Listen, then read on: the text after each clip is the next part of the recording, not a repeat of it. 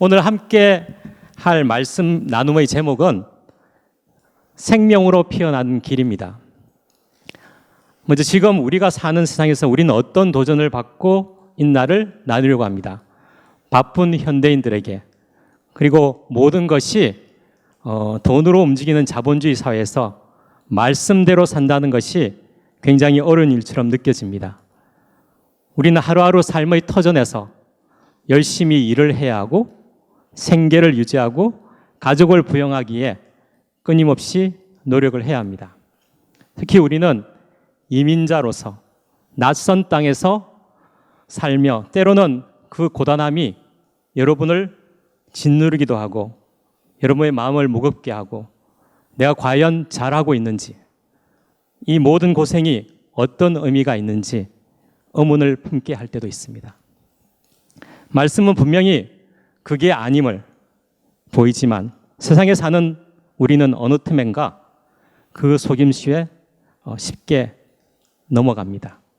그 속임수 중에 하나가 더 많이 가지면 더 행복해진다는 것입니다. 그래서 우리는 끊임없이 달리고 있습니다. 직장, 가정, 관계, 이 모든 것들이 우리를 휘감고 우리는 항상 더 많은 것을 추구하며 살아갑니다. 성취지향적인 자본주의 사회는 더 많은 성공과 물질적인 풍요가 우리를 만족시킬 것이라고 약속하지만 그 안에서 우리는 종종 공허함, 그리고 참 안식을 느끼지 못하며 살아가고 있습니다. 그러한 삶 속에서 예수께서 보여주신 광야의 시험은 우리에게 어떤 의미가 있을까요? 오늘 우리는 마태복음 4장 1절에서 11절을 통해 예수께서 광야에서 시험 받으신 시험에 대해, 그 시험에 대해 한 이야기를 나누며 이 이야기가 우리의 삶과 어떤 관계가 있는지 살펴보고자 합니다. 이 이야기는 지나간 과거의 사건이 아니고 종교 안에서 예수의 위대함을 높이기 위해서 그를 할당된 그런 부분이 아니고 이 땅을 살아가야 하는 우리에게 어떻게 살아야 할지를 도전을 주는 이야기입니다. 물질적 풍요가 행복이라며 성취를 강요하는 세상 속에서 예수님께서 보여주신 하나님 자녀로서의 정체성이 우리들에게 분명해져서 이 땅에서 우리가 살아야 할 길, 살아내야 할 길이 분명해지는 이 시간이 될 줄 믿습니다. 예수님께서 시험을 받으신 장소는 광야였습니다. 이 광야는 이스라엘 백성이 출애굽 후 40년 동안 방황하며 시험받던 그런 장소를 상징합니다. 이스라엘 백성은 하나님께서 그들을 애굽에서 구원하신 후에도 끊임없이 불평하고 불신하며 하나님의 인도하심을 시험했습니다. 이 세 가지 시험에 이스라엘은 실패했습니다. 그들은 먹을 것과 마실 것이 없을 때마다 하나님을 불신했고 그 결과 하나님께 대한 신뢰 없는 반응으로 광야에서 실패를 반복했던 것입니다. 그러나 예수님은 동일한 광야에서 사탄의 시험을 마주하셨고 말씀으로 이를 물리쳤습니다. 광야는 이처럼 시험의 자리, 나눔의 자리, 하나님과 함께함을 선택할 수 있는 그런 자리입니다. 우리가 광야를 경험할 때 상황한 갈증과 배고픔이라는 육체적인 것만, 그것만 경험하는 것이 아니라 내면 깊은 곳에 갈망이 생기기도 합니다. 이 갈망이 있을 때 개인적으로는 하나님께 기도로 나아갈 것이고 함께 했을 때는 자신의 존재를 나누는 자리로 인도되는 것입니다. 시험은 대상자가 육의 존재인지 영의 존재인지를 가립니다. 마태복음 저자 마태는 예수가 광야에서의 시험을 이겨내신 이 이야기를 통해 그분이 하나님의 아들이심을 증거하고 있습니다. 그러나 이 이야기는 단지 예수님의 그 개인적인 승리의 이야기가 아닙니다. 이는 우리의 삶에서도 이루어져야 할 이야기고 우리 역시 하나님의 자녀로서 어떻게 시험을 이겨내고 복되고 영광스러운 삶을 살 수 있는지를 우리에게 보여주는 그런 이야기인 것입니다. 본문의 큰 질문은 우리가 많이 들어왔듯이 삶을 현상으로 살 것인가, 존재로 살 것인가, 혹은 육으로 살 것인가, 영으로 살 것인가 하는 것입니다. 먼저 하나님 자녀의 정체성을 가진다는 것, 그것이 시작점입니다. 마태복음 4장 시작이 그때라고 시작하잖아요. 그때는 어느 때입니까? 그때는 예수께서 요단강에서 세례를 받으시고 하늘에서 이 사람은 내 사랑하는 아들이요 내 기뻐하는 자라 하는 그런 음성을 들었던 때입니다. 이것은 단순한 선포가 아니라 예수님의 그 사명과 정체성의 시작점이었다는 것입니다. 다르게 표현하면 이 음성을 듣기 전까지는 그 어떤 것도 그 사람에게 시작되지 않는다는 것입니다. 그래서 중요한 것은 이 하나님의 음성을 우리 모두가 들어야만 합니다. 하나님께서 우리 각자에게 너는 내 사랑하는 아들이다, 너는 내 사랑하는 딸이다라고 말씀하실 때 우리는 우리 존재의 가치를 알게 되고 그 사랑 안에서 시험을 이겨낼 수 있는 그런 힘을 얻게 되는 것입니다. 아이들이 자랄 때 어디에서 가장 큰 힘을 얻게 됩니까? 부모님들의 조건 없는 지지 아닙니까? 육신의 부모에게 이러한 지지를 받는 아이도 세상에서 담대할 수밖에 없는데 내 생명에 대한 그런 하나님의 지지가 분명해진다면 어떤 시험 앞에도 담대할 것입니다. 예수님께서 그 음성을 들으시고 시험을 이기시고 자신의 길로 가셨던 것처럼 우리도 하나님과의 그 인격적인 신뢰 관계에서 이 지지의 음성을 들어야만 우리가 가야 할 길이 분명해질 것입니다. 이 음성을 들은 예수께서 어떻게 마귀의 시험을 물리치셨는지 마태의 이야기를 계속 이어가겠습니다. 첫 번째 시험에서 사탄은 예수님께 돌을 떡으로 만들라고 요구하십니다. 40일을 밤낮으로 금식하고 줄이신 예수님께 던진 유혹입니다. 이 유혹은 출애굽기 16장 1절에서 4절에 광야로 출발 준비하는 이스라엘 백성이 광야에서 겪었던 것과 유사합니다. 그들이 줄일 때 그들은 끊임없이 먹을 것 없다는 것에 불평했고 하나님께서 그들을 충분히 돌보시리라는 그 신뢰를 갖지 못했습니다. 그러나 예수님은 같은 상황에서 4절에 기록되었으되 사람이 떡으로만 살 것이 아니요 하나님의 입에서 나오는 모든 말씀으로 살 것이라 라고 말씀하십니다. 신명기 8장 3절의 말씀인 것이죠. 현대사회에서도 우리는 경제적 성공과 물질적 안정을 우선순위로 삼습니다. 사람들은 더 많은 것을 얻고 더 안정적인 삶을 추구하기 위해 끊임없이 쉼 없이 달립니다. 하지만 동시에 공허와 허탈감을 경험하죠. 왜 그렇습니까? 빅터 프랭클이 쓴 그 죽음의 수용소에서 그는 인간이 물질적 피로를 넘어서 삶의 의미를 찾는 존재라고 합니다. 물질적 풍요만으로는 인간이 만족할 수 없으며 본질적 가치가 필요하다는 것입니다. 예수님은 이 첫 번째 시험을 통해 물질의 존재가 아닌 영의 존재로 살아가는 길을 우리에게 제시하셨습니다. 우리는 떡으로만, 그 떡에만 의지하는 삶이 아닌, 요즘 우리로 말하면 돈에만 의존하는 삶이 아닌 하나님의 말씀을 우선적으로 우리가 매일 먹어야 하는 그런 양식으로 삼아야 한다는 것입니다. 두 번째 시험은 예수를 성전 꼭대기로 뛰어내리라, 그런 요구를 합니다. 이는 예수께 하나님이 정말 자신을 보호하시는지 그건 확인해 보라는 그런 유혹입니다. 이 시험은 출애굽기 17장 1절에서 7절 광야의 첫 여정인 신광야에서 그 르비딤까지의 여정과 연결됩니다. 이스라엘 백성이 무리바에서 하나님이 정말 계신가 안 계신가 다투었던 장면을 떠오르게 합니다. 이들은 현상적 증거가 없으면 하나님을 믿지 못했습니다. 오늘날 우리도 하나님이 즉각적으로 우리의 기도에 응답해 주시지 않으면 하나님의 존재 자체를 의심해 버리잖아요. 예수님은 이 시험을 주 너희 하나님을 시험하지 말라는 신명기 6장 16절 말씀으로 물리치십니다. 이는 현상적 확인이 아닌 하나님의 약속을 믿으라는 것입니다.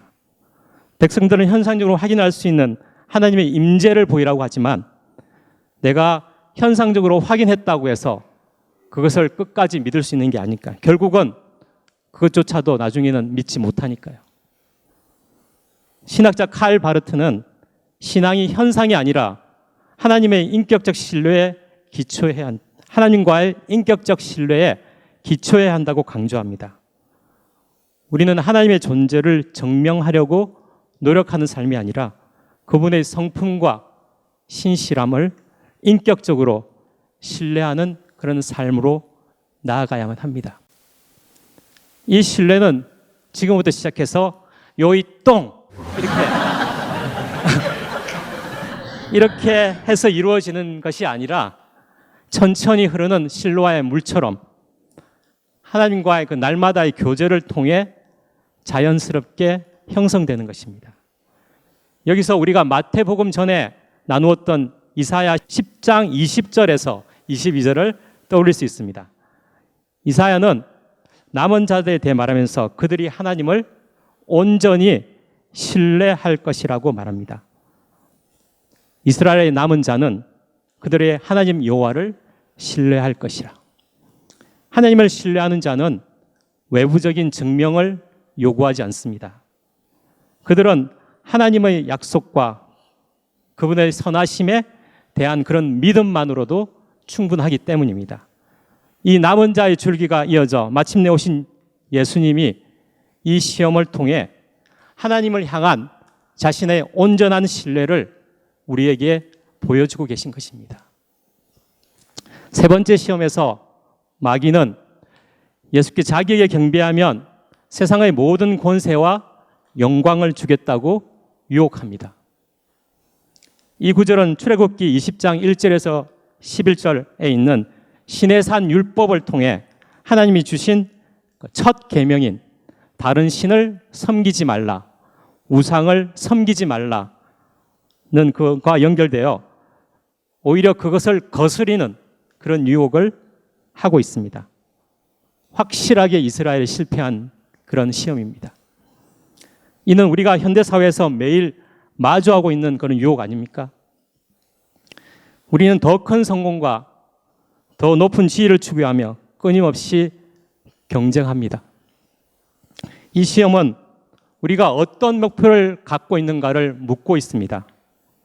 현상의 영광이냐, 본질의 영광이냐, 그것을 우리에게 선택하라는 것입니다. 그러나 예수님은 10절에서 사탄아 물러가라, 주 너희 하나님을 경배하고 그를 섬기라 는 신명기 6장 16절의 말씀으로 이 유혹을 물리치십니다.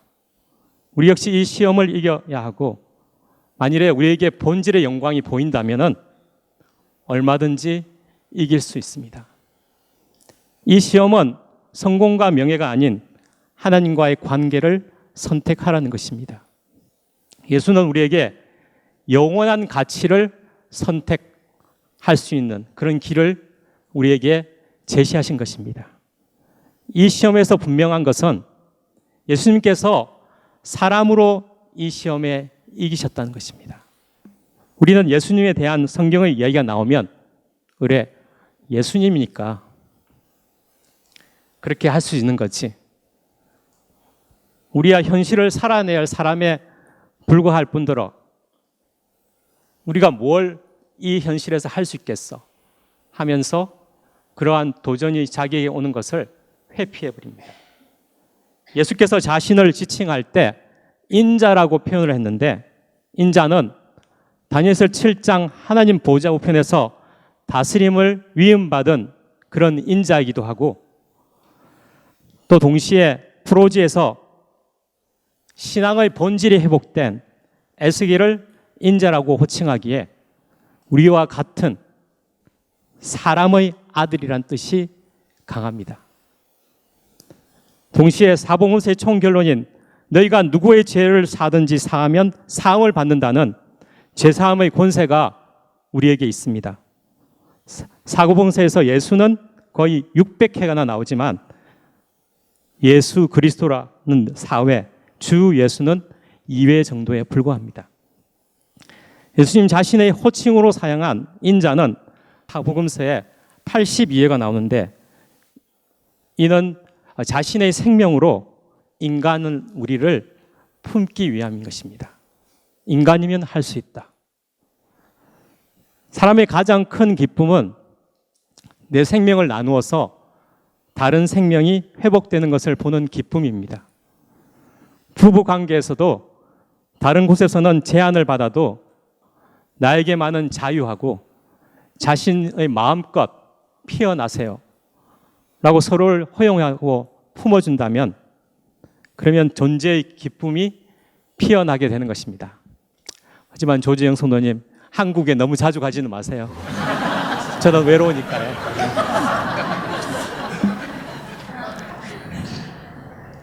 아무튼 사람 대신 예수는 놓아두고 예수는 메시아 그리스도로 높이고, 우리가 너무 뻔하게 하는 일 아닙니까? 사람 대신 예수라는 것은 놓아두고 계속 메시아라고 높이는 예수, 그리고 본인은 못 사는 게 당연하다고 생각하는 그런 우리의 거짓과 무지를 깨달아야만 합니다. 마태는 이 본문의 마지막 11절을 마귀는 떠나고 천사가 수종 든다고 그렇게 끝내고 있습니다. 마귀는 내 에고를 통해서 속여왔습니다. 마귀는 에고를 통해 우리가 하나님의 자녀로서 가진 참된 가치를 잊게 만들어버렸습니다. 내 에고는 내가 얼마나 아름다운 존재이고 가치 있는 존재인지 그 자각하는 것을 조차도 못하게 하고, 오히려 내가 원하지 않는 초라한 모습으로 나의 존재를 만들어버린 것입니다. 이 마귀에 대해, 이 에고에 대해 우리는 분노해야만 합니다. 에고의 레벨이 낮아질 때 천사가 우리를 돕기 시작하며 하나님께서 준비해 놓으신 여호와 이레의 축복을 누리게 되는 것입니다.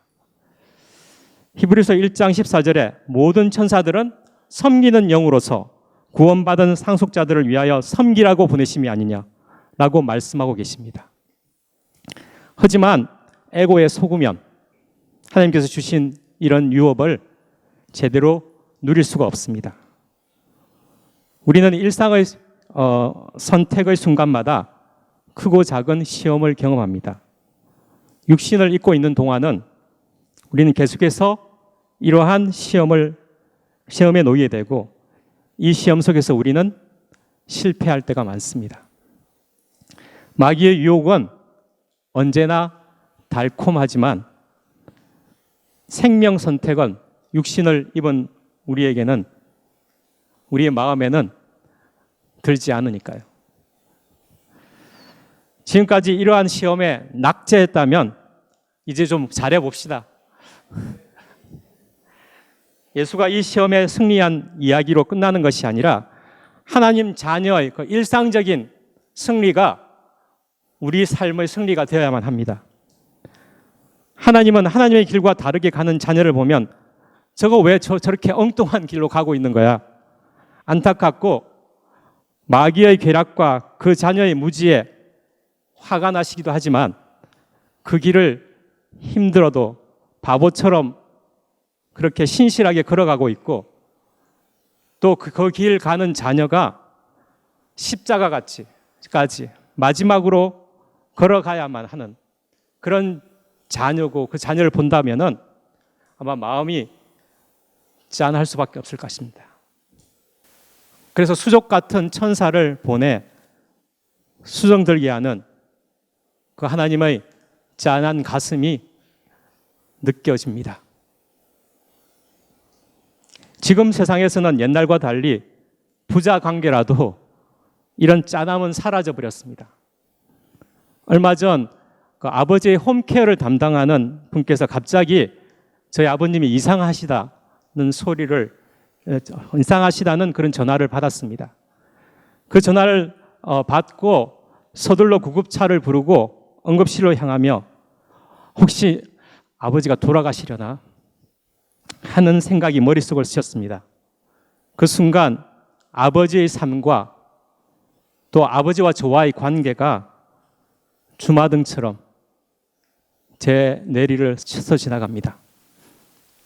어릴 때 저희 아버님의 어머님도 일찍 돌아가셨어요. 어릴 때 아버지 어머니가 돌아가시고 중학교 때부터 부산에서 낮에는 점원 생활을 하시면서 야간 중학교, 야간 고등학교, 야간 대학교를 졸업하시고 사업에도 성공하셨지만 40대 아내와 일찍 사별하고 그리고 재혼하시고 이로 인한 자식들과의 관계의 갈등을 겪어야 했고 그리고 IMF 때는 재산을 다 잃어버리고 미국으로 그 아들의 약국에서라도 자신의 몸으로 아들을 위해 일을 하시고 도우시겠다고 미국으로 오신 아버지.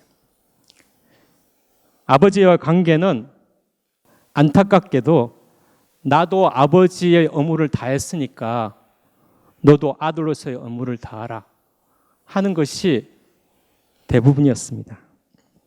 서로를 향한 사랑이나 가슴 뭉클한 순간보다도 자신도 그러했으니까 자수성가하고 성공을 이루어야 한다. 그런 것이 대화의 대부분이었습니다. 하지만 응급실을 향하는 동안 저는 문득 이런 의무감의 관계가 아닌 진정으로 서로의 마음이 닿는 그런 찡한 가슴 찡한 부자 간의 교류가 있었으면 얼마나 좋았을까 하는 마음이 들었습니다. 현대사회에서 아버지와 아들 간의 관계는 종종 성취와 성공이라는 그런 주제로 가득 차 있습니다. 사랑이나 진심으로 서로를 위하고 이해하는 그런 대화가 아니라 어깨에 짊어진 책임과 목표가 우리 전 시대에는 우선이었던 것 같습니다. 응급실에서 기다리며 앞으로의 시간은 더 이상 의무와 성취를 이야기하는 사이가 아니라 돌아가시기 전에 부자 간에 좀 가슴으로 연결된 그 짠한 것을 느꼈으면 좋겠다는 마음이 간절했습니다. 아버지와 아들로서의 진심 어린 대화, 서로를 향한 따뜻하고 정겨운 말들이 우리의 대화 속에 좀 스며들기를 하는 그런 바람이었습니다. 이제 세상이 마귀를 따랐을 때 역사가 어떻게 진행되었는지를 한번 나누어 보겠습니다.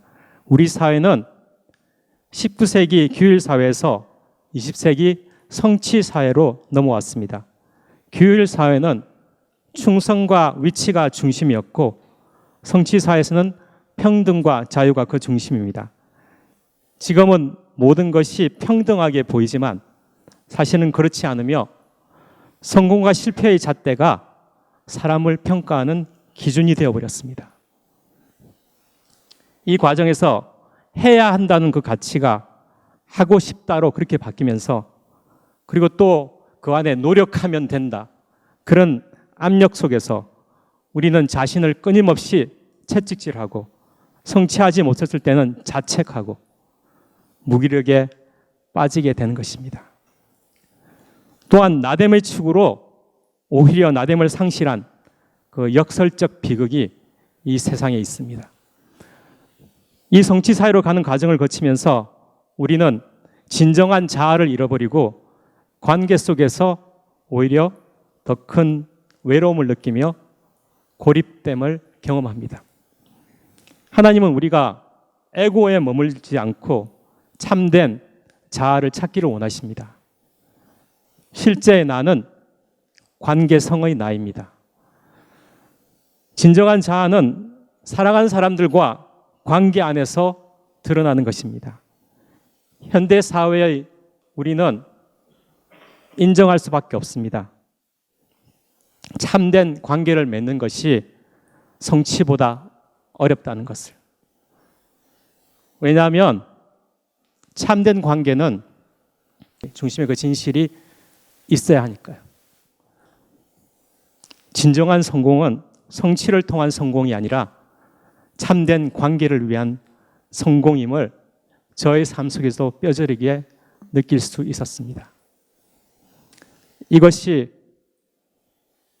우리 살아가는 세상인 것입니다. 관계 안에서 나에 대한 주제를 이야기할 때 얼마 전 막내딸 하나와 나눈 특별한 대화가 떠올랐습니다. 아내 조재영 성도와 둘째 딸 하은이가 한국에 머무는 동안 저는 하나와 몇 주 동안 단 둘이서 지내며 그런 함께하는 시간을 가졌습니다. 바쁜 일상 속에서 좀처럼 갖기 힘들었던 그런 딸과의 특별한 시간. 한 그 저녁 식사를 마치고 저는 하나에게 진지하게 한번 물어보았습니다. Who do you admire the most? 제 질문은 아마도 제 안에 남아있는 성취 제한적인 마음에서 나온 것일 것입니다. 하나는 자신의 꿈을 찾기 위해서 지금 시험을 치르기도 하고 훈련을 받기도 하고 또 직장을 구해서 일해보기도 하며 여러 시도를 해왔습니다. 그래서 저는 하나가 자신이 정말 하고 싶은 일을 빨리 찾았으면 좋겠다. 그런 바람을 이 질문에 담아 그렇게 물어보았던 것입니다. 인생에서 존경하는 인물을 묻는 질문을 통해 하나의 그 마음속 깊은 곳에서 진정으로 닮고 싶은 사람이 누구인지 내가 안다면 제가 그 길로 이렇게 푸시할 수 있으니까. 그런데 하나의 대답은 예상 밖이었습니다. 엄마, 아빠요. 그 순간 저는 제 길을 의심했습니다. 어려서부터 지금까지 일로 바빠서 하나와 많은 시간을 함께하지 못했던 저는 딸의 마음을 충분히 알지 못하는 그런 이 성취지향적 아비였습니다.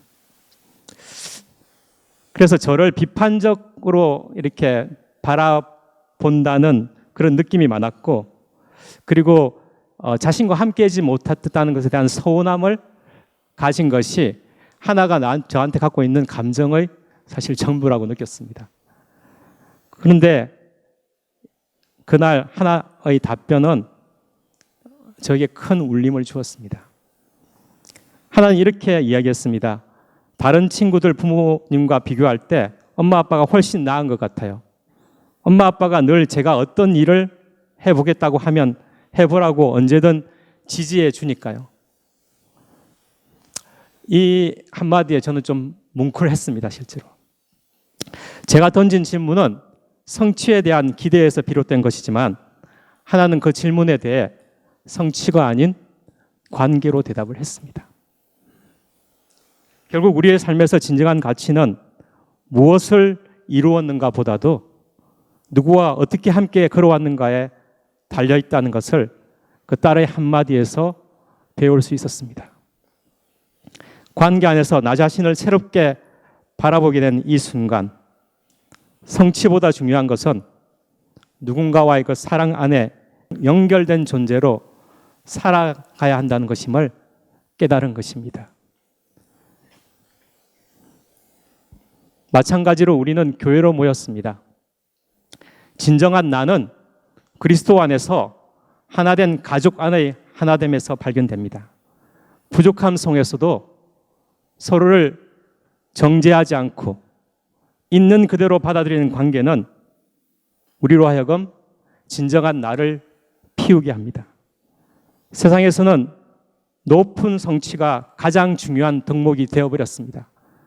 이 성취를 위해 모든 것을 편리하게 만들어도 여전히 나 자신일 수는 없어서 안식이 없는 사회 속에서 우리는 계속해서 무기력에 빠져듭니다. 우리는 영적 가족으로 이 예배에 모였습니다. 참 안식이 없는 세상 속에서 이 예배로 우리를 부르신 것입니다. 이 예배는 지치고 무력해진 우리가 하나님 안에서 다시 살아날 수 있는 기회입니다. 이는 우리의 삶 가운데 하나님 안에서 하나됨을 기뻐하는 잔치여야 하고 지친 영혼을 채우고 회복시키는 시간이어야 합니다. 하나님 교회의 예배가 하나님 안에 힘이 있고 하나됨의 기쁨이 있고 생명의 회복이 있는 예배가 되기를 소망합니다. 아멘. 또한 우리가 함께하는 그 말씀 만나기는 존재의 회복을 위한 것입니다. 히브리서 4장 15절에서 우리에게 있는 대제사장은 우리의 연약함을 체험하지 아니하는 자가 아니요 모든 일에 우리와 한결같이 시험을 받는 자로 돼 죄는 없으니라고 말씀하고 계십니다. 우리가 주님께 진정으로 가까이 다가갈 때 그분의 인격을 만나며 우리 안에 피어나는 생수의 강을 느낄 수 있게 되는 것입니다. 말씀을 만나는 것은 단순히 지식적인 것을 얻는 것이 아니라 주파수를 맞춘다는 것, 즉 우리의 연약함을 품어주시는 주님과 깊이 공감하는 것입니다. 가요 중에 그 남자란 노래가 있습니다. 뭐 한 번쯤은 들어보신 분도 있고 홀리하신 분은 전혀 못 들은 분도 계시겠지만 아무튼 그 노래의 가사를 보면 한 발 다가서면 두 발 도망가는 이라는 가사가 있는데 이런 밀당하는 거지 같은 사랑이 아니라 하나님은 우리가 잘했든지 못했든지로 판단하지 않고 존재 자체로 만나주십니다. 성경은 우리들의 삶의 이야기입니다. 성경 속 인물들은 소박하고 처연하며 때로는 처절하고 때로는 적나라한 모습으로 등장합니다. 너무 부족하고 미숙하고 제약된 나를 품고 하나님은 나의 눈높이에 맞추어서 너는 내 사랑하고 기뻐하는 자라는 음성으로 다가오십니다. 부부간의 사랑도 이와 같이 되어야 하지 않나요? 상대의 훌륭함이 아니라 존재의 신비로 다가갈 때 진정한 관계가 시작되는 것입니다.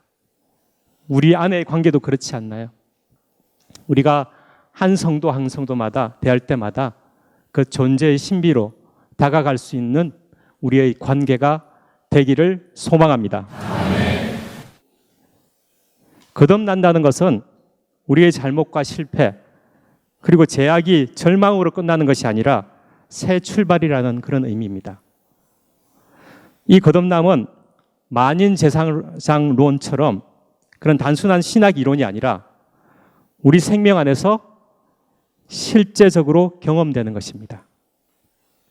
이는 누군가가 대신해 줄 수 있는 것이 아니라 스스로 새로워져야 되는 그런 의지가 있을 때 하나님의 예비하심으로 임하는 것입니다.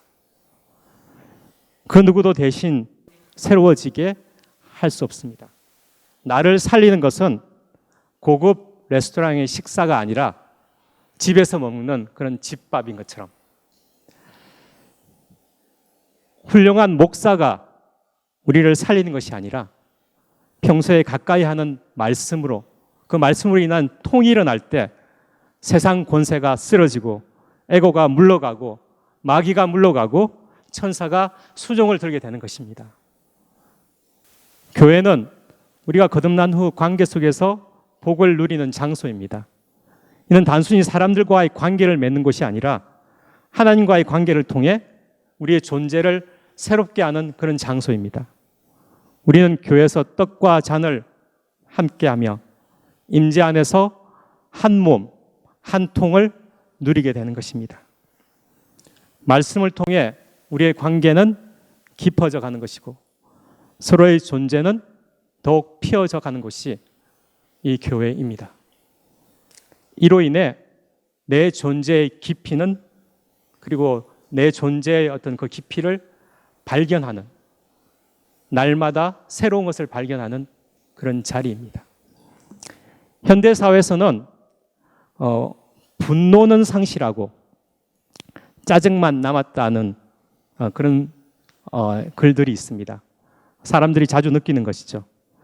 사람들이 근본적인 부분에 대한 분노를 강하게 느끼거나 표현하기보다는 무기력하기 때문에 자주 짜증을 내고 불만을 표출하는 모습으로 현대인들이 바뀌었다는 것입니다.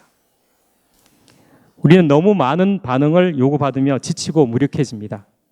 끊임없이 반응하고 요구되는 그런 일을 멈추지 않고 처리하다 보니까 쉬어도 피곤이 가시지 않는 그런 상황이 반복됩니다. 컴퓨터의 그 과부하 같은 거죠. 멈춤의 시간이 없다면 지칠 수밖에 없습니다. 또한 우리는 끝없이 성과만을 추구하며 스스로를 자폐적 성과 기계로 몰아갑니다. 모든 것을 부분적으로 생각하고 계산하는 방식으로 바뀌어 전체를 바라보는 그런 성찰 능력을 잃어버리고 그렇게 떠내려가듯 살아버립니다. 이는 우리를 점점 더 비상적으로 만들고 삶의 진정한 의미를 깨닫지 못하게 만듭니다. 우리 사회는 쉼없는 성취로 가득하지만 그 속에 진정한 피로가 없습니다. 학생들조차 쉼없이 달리고 방학에도 다음 과제를 준비를 시켜야 합니다. 옛날에는 다 노는 방학이었는데 성취사회의 애미들이 가만두지를 않습니다. 요즘 하나님 교회의 그 유스 그룹들이 잘 노는 것을 보며 하나님 교회의 애미들은 좀 다르구만 하는 것을 느꼈습니다. 현대 사회는 피로가 없기 때문에 안식도 없고 쉴 때조차 초조함, 무기력함이 늘어가고 있습니다. 피로는 우리는 피로를 회복해야 된다는 말을 많이 하잖아요. 그래서 약국에서 많이 팔린 것 중에 하나가 피로 회복제입니다. 바카스가 한국에서는 많이 팔리는데 아무튼 피로는 사실 무장을 해제시키고 오히려 우리를 안식케 합니다. 충분히 일하고 그 후에 오는 피로는 모든 것을 허용합니다. 나는 열심히 일했으니까 이제부터는 하나님이 알아서 하세요. 그리고 나는 쉽니다 하는 그런 안식으로 들어가는 것입니다. 안식일을 거룩하게 지키라는 것은 종교 생활을 하라는 것이 아니라 모든 것을 멈추고 안식하는 이 시간만큼은, 이 시간은 내가 행했던, 내가 행하고 막 열심히 일하고 했던 그 어떤 시간과도 구별되어 하나님 앞에 자유한 나로 있는 것이 안식입니다. 그런데 종교화된 교회는 교회까지 와서도 자기 과시의 장이 되었습니다. 내가 얼마나 잘 믿는데, 내가 얼마나 봉사하고, 내가 얼마나 헌신하는데, 내가 얼마나 설교를 잘 하는데 하는 등등 하나님을 이용해 자기 성취를 추구하는 기독교는 참된 안식을 상실했습니다. 하나님은 우상이어서 무한 충족되어야 하는 에고의 도구로 전락되었습니다. 주여 주여 하며 내 에고를 채우려 하지 주님의 인격을 만나지도 못하지만 만나려고 노력도 하지 않습니다. 주님께 접붙음이 없기 때문에 주님으로부터 피어나는 생수의 강이 없습니다. 현대인은 성취가 중요하다 보니 부담스러운 것은 다 피해버립니다. 꾀가 많은 사람일수록 알아서 잘 피해가죠. 모든 것을 다 편리하게 만들어 놓은 세상에서 결과적으로 피로는 사라지고 짜증만 남는 이 시대가 되어버렸습니다. 분노는 대개 더 깊고 불이나 부당함에 대해 느끼는 강한 감정입니다. 주로 정의나 개인의 권리가 침해되었다고 느낄 때 발생하며 분노는 문제의 원인과 본질을 깨닫고 해결하려는 동기가 될 수 있습니다. 반면 짜증은 비교적 얕고 사소하고 그리고 불편함에서 일시적으로 오는 그런 감정에 불과하다는 것입니다. 그래서 짜증은 본질적인 해결보다는 그때그때 불만을 표출하고 그리고 잊어버리고 다음 불만까지 잊어버린다는 것입니다. 짜증이 아니라 성취사회에 사는 우리에게 도전을 주는 빈부의 격차나 그런 불평등, 여러 가지 부조리로 얼룩진 세상에 대한 분노가 있어야겠습니다. 더 중요한 분노는 내 에고에 대한 분노입니다. 이렇게 치사찬란한 내 에고, 사람들에게는 그럴듯하게 보이려고 그렇게 발둥치며 사는 내 에고에 대한 분노가 있어야 합니다. 아무튼 안식일은 멈춤으로 피곤해서 존재의 기쁨을 회복하는 잔치입니다. 참된 안식은 피로가 쌓인 후에야 가능하며 우리는 하나님 앞에서만 완전히 자유로운 존재가 될 수 있습니다.